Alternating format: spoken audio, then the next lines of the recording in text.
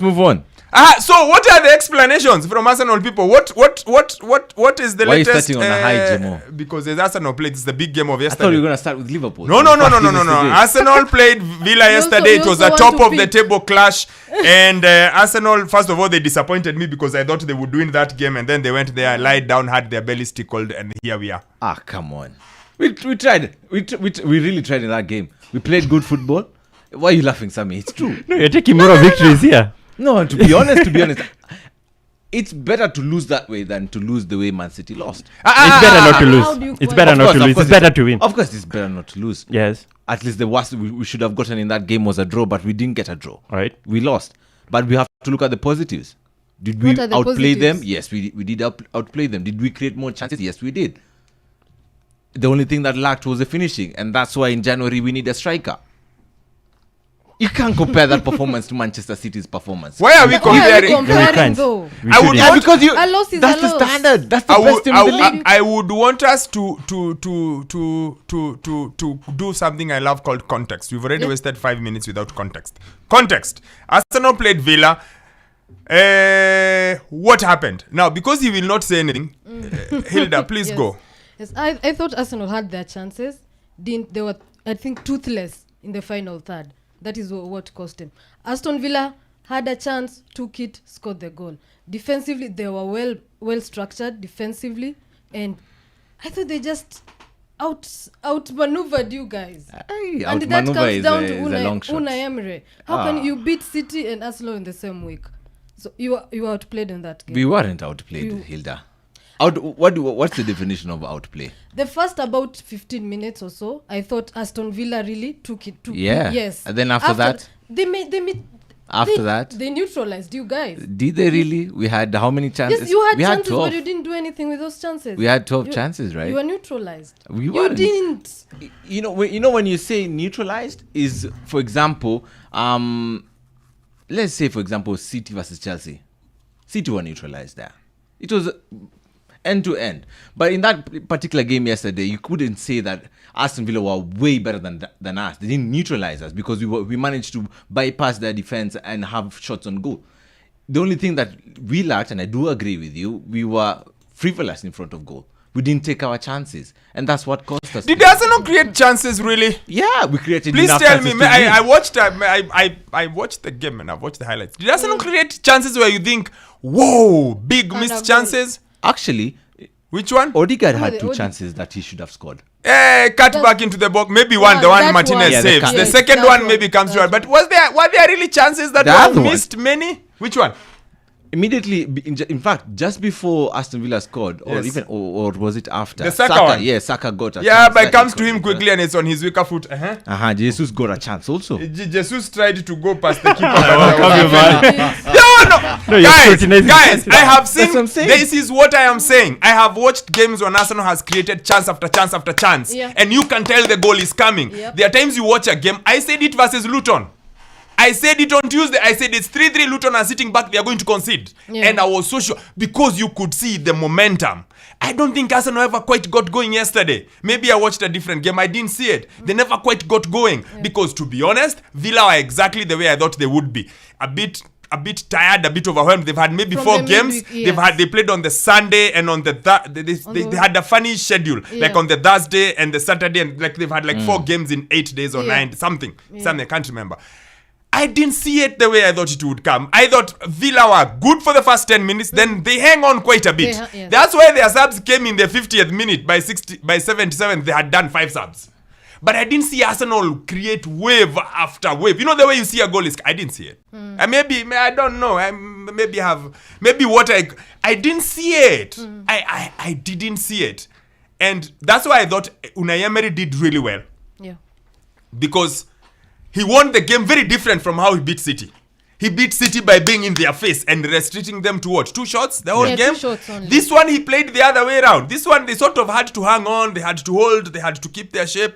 Because Martinez didn't make... You guys are talking about chances. Martinez, how many saves did he make? Please, someone, anyone. Yeah, Like, only the first time I remember. Tell me a save. Tell me a great save. There is the Odegaard one. Yeah, the Odegaard one. And then Jesus one. The Jesus one, he comes out, Jesus lifts the ball over him, but they are so out of goal. No, Diogo Carlos. there's one, he lifts the ball. There's Yes. one, Jesus shot at him. Yes. And then he parried the ball, then Yeah. it was cleared. Of course, there's that corner, which he... No, the corner was really Watkins. a mistake between Watkins Yeah. and him. And They him, didn't talk. yeah. Watkins went up, he couldn't see the ball. Yeah. But he didn't make saves. But Like, I'm saying... But like He didn't Aston make Villa. Saves. Aston Villa only had... The No. I am not talking about Villa. We are talking about the Arsenal. We get to Villa. But what I'm trying to say... We are talking about Arsenal. You guys are saying, oh, they create so many chances. I'm like, guys, tell me the saves that Martinez made. But how he many didn't chances make do you many. need to win a game? You only need one, No, 2, 3. we are talking about... Take your chance and score. No. We are saying, you know the way... Let's go back to City versus Tottenham. The other weekend, yes? Uh-huh. City first half really should have been out of sight. Like, and it's not a debate. We are not even going to say, oh, but keeper... No, we all saw it. City should have been out of sight. Hit the post twice, missed 2 1-on-1s. Like, you can actually see and you're like, yeah, by the way, these guys are they were very wasteful. That's why in the second half they got caught out.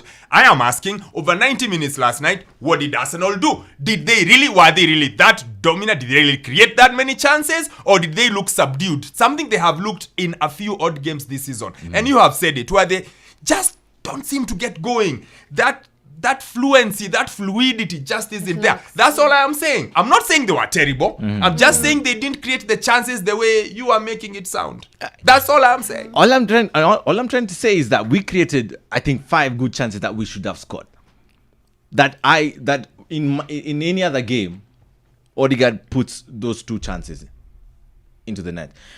Jesus had 2 chances, and Saka should have one. There's one he cut in, then he didn't put the much needed power into that shot.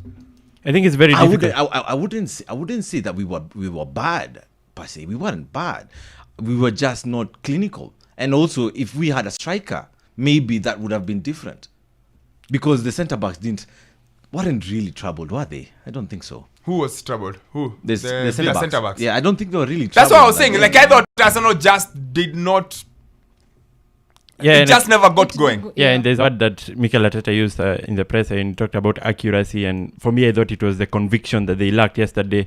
Whether it was wayward passes, I think yesterday you didn't read the passes like you would, and that's credit to Aston Villa. It's very difficult to say that Arsenal had a bad game without crediting Aston Villa for the kind of shape that they put in yesterday. I didn't expect that. I remember some time back I was mentioning about Unai Emery being risk averse. I thought yesterday was he took all the risk by playing that high line of defense, and it showed with Arsenal in the second half that the only way they're going to get a goal is by looping the ball beyond that line of defense, and they lacked that conviction at the end. Whether it's with Odegaard missing the chances, probably on another day he better times that ball, or he can sell the eyes to the goalkeeper and slot that ball in. That's what really stood out from that game, and it's something that you've complained about with Arsenal this season, that they are not that fluid when you look at it. And I don't know what you think, but what did you think about that midfield combination yesterday? Who, for Arsenal? Yes. Yeah, Havertz and... I actually thought Havertz had a Odegaard. decent game. Yeah. To be honest, I actually think Havertz has been decent the last few games. I just felt like Villa just had a way to counter Arsenal, and Arsenal just seem... And we've said this all season. They aren't playing great football. They are at the top, but they haven't gotten into that groove. And I told Kwalimwa this yesterday. I said, Kwalimwa, I think it's 2 questions. And my questions were, will Arsenal find their groove quickly? Or will this last-minute heroics end? Which one will come quicker? Okay? Will Arsenal find their groove? Because they haven't really gotten going the way they were last season. Not yet. Or what will be fast? Them finding their groove, their football coming back, their free-flowing, exciting football coming back, or this last-minute heroics going away? Which one is going to happen first? I told him that yesterday, and I maintain it. Which one is going to settle in earlier than the other? Actually, a few weeks back, I actually thought our fluidity was coming back. Yes. Against Sevilla, I thought not Sevilla. Yeah, It was Sevilla. Lens. Lens, yeah. I actually thought after that game that's what is going to make us click again. Then in the next 2-3 games, we started playing a bit better and better. Then yesterday, we, regressed a bit. But I think us playing well will come fast before the latter. Before the heroics go away. Yeah. Do you have any fight with VAR? Do I have any fight? Yeah, do you? Because there's a lot of noise not yesterday. really, not really, to be honest, fantastic. not really. Yeah. But, I mean, I think the penalty it could go either way. It's the foul on Jesus could go either way, but that the disallowed goal, I think that VAR should have given a handball first to Arsenal, because when the ball left Kai Havertz's body, it hit Cash's hand. So I thought that was the first instance when they should have given a penalty. Yeah, but I thought Kai Havertz played handball with the ball. Yeah, Left, right. Nah, it hit Kai Havertz. It hit Kai hard. Yeah, that's what I'm saying. It hit Kai first and then hit Cash and then went back. Yeah. Like he had two. If you were to do aggregate, it's 2-1 in terms of handball. Exactly. It went Yeah. back and But who forth held the for a ball while. first? It went No. At that point, I don't think it matters. When, Yeah. I when the think ball it does. goes, when the ball goes think it in, does. you definitely look at It's like, did for the example- offensive guy have a handball in that game? For example, Yes. when Aston were playing Chelsea, when the ball left, was it Mudrik's head and hits Saliba's hand? He wasn't aware, right? All right, but So didn't the lead to a goal. the first play Yes. was the ball left Havertz's body and hit Cash's hand. So that should have been a pen. So, As long as the ball went in, I don't think you Yeah, you that argue was it any over. differently. Yeah. Yeah, So it came How off a that- hand. if you're going to disallow because it hit Because- Havertz's hand, right? Yes, and it when led we to a look- goal. but It when led we to a look at- goal. Yes, Yes. yes, I do agree that one. Yes. So, Yeah, but that's when we how- look at the play, it hit Cash's hand first. So I'm it's not not a sure. pen? I'm not sure. There was so much in it. I didn't pay too much So it's not attention fair. on it. Yeah, but let's then- be but then- honest. but then- Let's I be am honest, going. guys. I am be going to honest. finish this conversation Let's be with honest. something. I wanted to ask something. Ask. When you said about that question on which one would come first, I think if you're looking at the latter, then it has to mean that Arsenal don't concede goals because they have been conceding goals and they have to come back No. from it. You don't stop rearranging my question, Sammy. My statement is very straightforward. What will come first? Arsenal regaining their free-flowing football, which they were beautiful to watch last season, or these last-minute heroics, which have been getting finding a way, like just finding a way. You know how many? Rice alone has 2 last-minute goals. Yes. Yeah, like they keep finding a way. Like, which one is going to? Because one of them will end. Yes. One of them. So my question has been, which one will end? Which one will ni gani itafika kwanza? Is it the free-flowing football or is it the end of this last-minute heroics? Oh, okay. That's what I mean. So stop trying to rearrange my question All right. into what you think I am asking. Yes. That's not what I am asking. All right, I get you. No, to the Aston Villa goal. If I may ask this question. Yes. Was there anyone to blame in that goal when you look at it? Zinchenko could be better Yes. if he's able to. This But roles yes, you guys yes, like. that's the thing, yes. These roles you guys like, where you're inverted in the middle and then you go out. Where a fullback's ability to play in midfield is stronger than his ability to defend. Yes. You know, these multi-new roles you guys have created in football, where the keeper's ability to play with his feet is more important than with his hands. The defender's ability to pass 70-yard passes is more important than his ability to defend. It's the same thing with Zinchenko. Zinchenko is no one's fullback. We know that. Those people who know Zinchenko, he was never a fullback. City converted him into a fullback so that he can do the whole I slide in and I slide out. Yeah. Every time when he's on the ball, he's brilliant in the middle of the park. When you tell him to run back and defend, that's why in a lot of games he gets removed. 60 minutes, bring him out. We look for a Japanese one, Bisaka. Yes. You put him there because he can Tomiyasu defend. comes in here, he does a good Because job. he can defend. Yes. Yeah. So, and I feel in the end that, and we'll talk about when it comes to United, it's Alright. the same thing. Yes, yes. Where you try and switch a player because, he's very good passing out of the box, so you switch. Yes. I think that goal is purely to Zinchenko. I think he should defend better, and they actually highlighted him when he's trying to run back. He was just jogging in casually. Yeah. And of course, McGinn, on the other hand, like he said in his post-match, he had been told in a Europa League game, he got the ball like that, he tried to lay it off. He was told, no, Go for hold it. it, turn and shoot with your left. And he did exactly that. So you've got to love that about them. But I like the way Villa were able to weather the storm. And